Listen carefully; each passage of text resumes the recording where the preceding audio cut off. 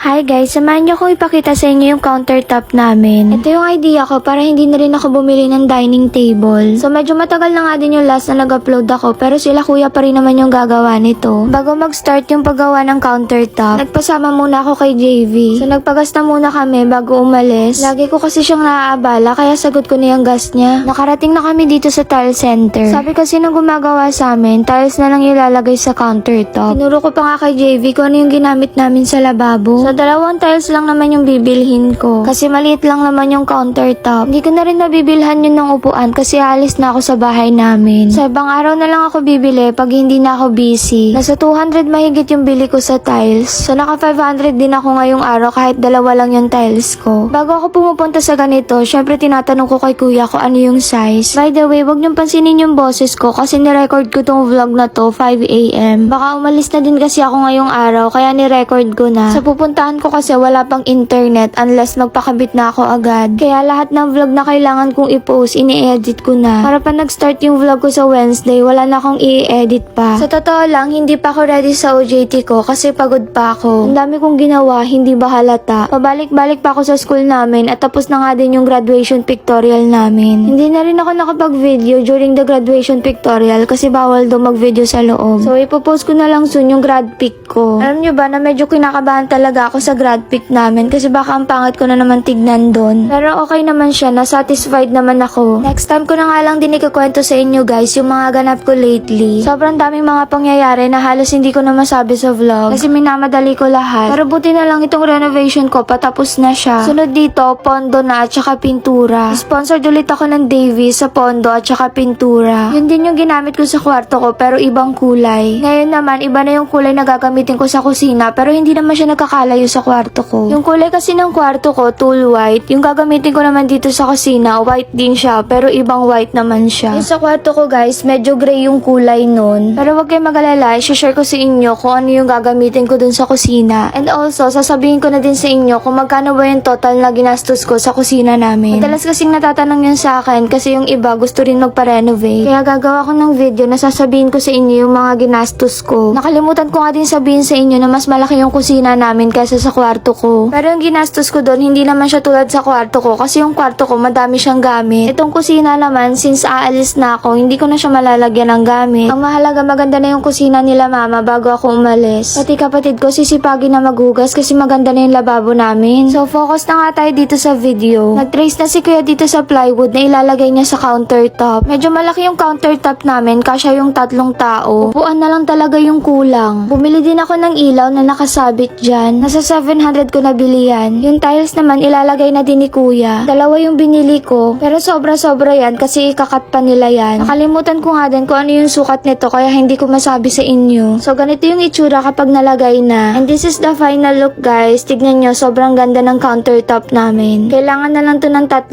chairs. Yung mataas na upuan guys ha, yung parang sa bar station. Pwede na magamit nila mama yan. Hindi rin kasi kami sabay-sabay kumain kaya nagpalagay na ako nyan. So ayun lang naman guys, i-update ko kayo kapag meron ulit akong bagong vlog.